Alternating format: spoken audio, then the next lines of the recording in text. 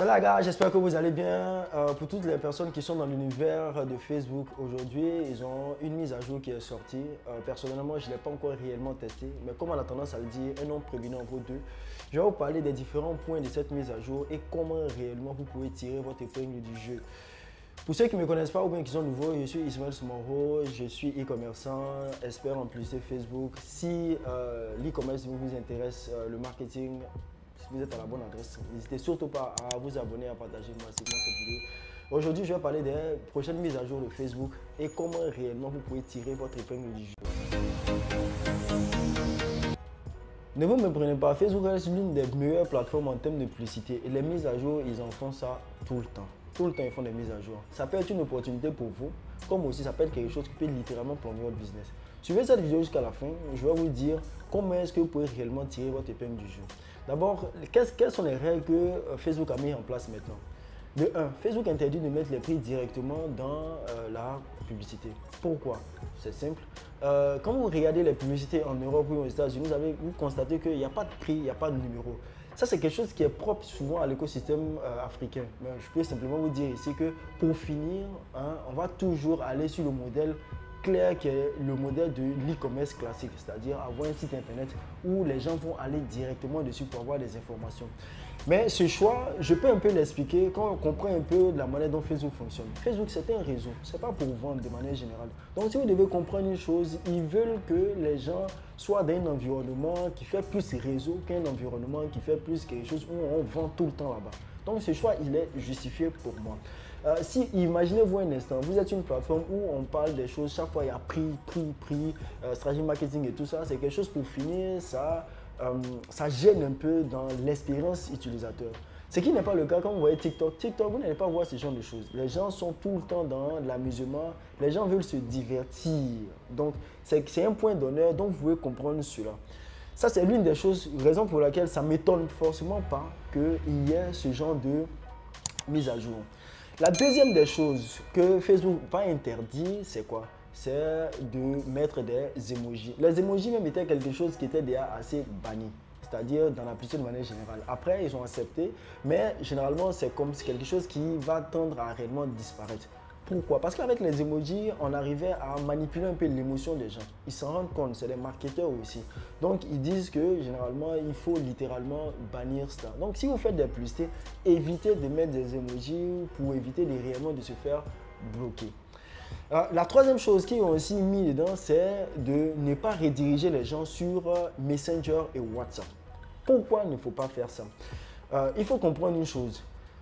L'environnement africain nous pousse réellement à faire des trucs sur WhatsApp. Moi, personnellement, je n'utilise pas. Je suis toujours en conversion et j'utilise un site internet. Mais je comprends leur choix. Parce que quand vous rédigez quelqu'un sur WhatsApp, eux, ils ne savent plus réellement qu'est-ce qui est réellement fait. C'est-à-dire que vous pouvez rédiger quelqu'un sur WhatsApp et puis vous lui mettez le lien de votre site internet. Maintenant, le lien du site internet, ça peut être quelque chose qui est réellement interdit par Facebook. C'est-à-dire que ce soit des ventes d'armes ou ventes d'objets illicites, réellement, ça peut éventuellement commencer à être ça. Ils ne peuvent pas évaluer ce qui est réellement sûr, ce que réellement vous vendez. Ça, c'est un point. Maintenant, de deux. Quand vous envoyez quelqu'un sur Messenger, ils ne savent pas qu'est-ce que vous faites exactement. Je m'explique. Pour ceux qui font de l'e-commerce, ils savent qu'il y a des sondages qui sont envoyés aux gens qui appuient sur le bouton acheter, par exemple, à certaines personnes pour savoir si l'expérience qu'ils ont eue avec vous était quelque chose de convenable. J'ai remarqué que quand on est sur Messenger ou bien quand on fait des trafics sur Messenger, il n'y a pas de sondage qui est envoyé parce qu'ils ne savent pas qu'est-ce qui est réellement fait. Or, quand quelqu'un appuie sur le bouton acheter, après Facebook lui envoie au client pour lui demander quelle a été l'expérience. Donc, le fait de ne pas savoir ça, c'est quelque chose aussi qui n'est pas bon aussi pour eux parce qu'ils ne savent pas comment évaluer l'expérience utilisateur. Ça, c'est un. De deux, réellement, comme ils ne savent pas, parce que généralement, Facebook contrôle et regarde tout ce que la plupart des gens font. Donc, si quelqu'un appuie sur message, on ne sait pas là-dedans s'il y a vraiment des acheteurs ou pas. Donc, il y a bon nombre de personnes qui sont peut-être des acheteurs potentiels, mais Facebook ne se rend pas compte que ce sont des acheteurs. Donc, si tout le monde est sur conversion, qu'est-ce qui va se passer? La plupart des personnes vont appuyer sur acheter au fil du temps. Donc, Facebook peut le catégoriser comme quelqu'un qui est susceptible réellement d'acheter certains commerces produits ou autres. Donc, c'est un choix pour ma part qui est justifié par rapport à la manière dont les choses se présentent. Donc aujourd'hui, moi le conseil que je peux vous donner ici, c'est de réellement penser à commencer à faire un site internet. Pareil, pour finir, je pense qu'on va forcément terminer par cela. Ok. Maintenant, l'une des choses aussi qu'il interdit réellement avec Facebook, c'est quoi? C'est de ne pas afficher votre stratégie marketing directement sur votre affiche ou tout ce qui est comme livraison, prix et aussi votre stratégie marketing généralement directement dessus. On revient encore au premier point. Facebook veut garder son environnement sain, un environnement qui fait plus divertissement que commercial. C'est carrément justifié parce que c'est un réseau social par définition. Ceux qui se plaignent, s'ils ne font pas cela, qu'est-ce qui va se passer? Ça va être, les gens vont quitter l'application et vont aller dans les endroits où ils s'amusent le plus, c'est-à-dire TikTok, où il y a pas, les gens ne sont pas bombardés chaque fois par des choses ou par des stratégies marketing à longueur de journée. Donc c'est un choix qui est justifié, moi pour ma part, qui fait que réellement les gens auront plus envie de passer beaucoup plus de temps. Et eux, ils sont avantagés par rapport à cela.